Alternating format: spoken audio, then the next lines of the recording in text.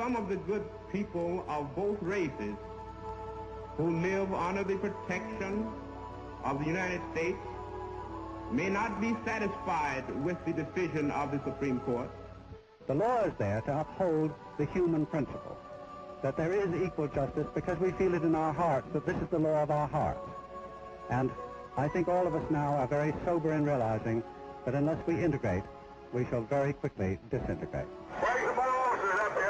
Now, therefore, I, George C. Wallace, as governor of the state of Alabama, do hereby denounce and forbid this illegal and unwarranted action by the central government.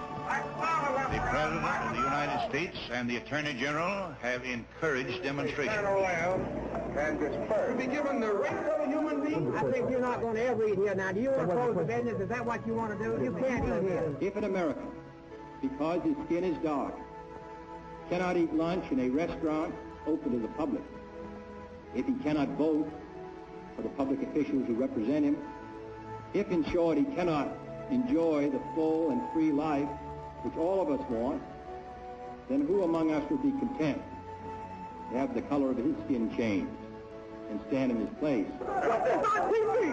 Put it on TV! I want the world to see this! We will march in Washington on August 28, 1963, along with hundreds of thousands of our fellow Americans who believe in equal opportunity and freedom for us all. Now, we don't have any Rockefellers in our midst. We don't have any Henry Fords. But we do have a king. We've got Martin Luther King. And I want you to know tonight that we as a people will get to the promised land. Mine eyes have seen the glory of the coming of the Lord. Anna, you are on with Robert Groves, the director of the U.S. Census Bureau. Yes, good morning.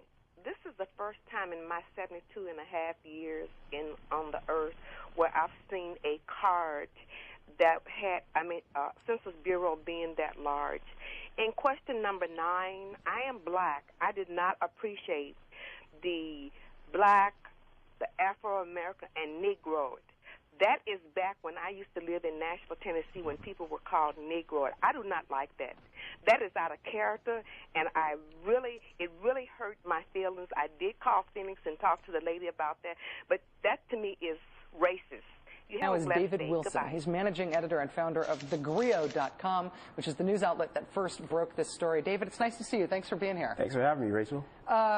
Negro as a category on the census, do you understand the rationale for why it's there? I do not.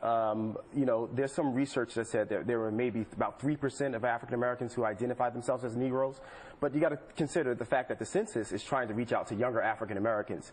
And people like myself, when they see that word on the census, for me, it was jarring. Yeah. So, they're reaching out through Facebook and Twitter, and they're not trying to reach Aunt Esther through Facebook and Twitter. They're trying to reach a younger generation, and I think the impact of this could be really huge. You think that it's a trade-off in trying to reach older African Americans who might identify with this word? It might actually turn younger African Americans off so much they wouldn't turn back in the form. Absolutely. This is not a word that we're used to. My generation is used to seeing in an official document. Yeah. This sort of brings back the memories of Bull Connor, the sort of the whites and Negro-only sort of water fountains. Yeah. So I think a lot of people in my generation will say, well, what are they getting at here? Where are they trying to go? The Census Bureau today apologized to a caller who dialed into his appearance on C-SPAN to complain about the race designation Negro on official census forms. Robert Groves said he was sorry if anybody was offended by the term. He explained earlier this year research showed 50,000 African Americans, most of them elderly, wrote in that term on their last census form, and it was included this year to be sure everyone could find a so-called identity box to check on the form. He said it probably won't appear in the next census form.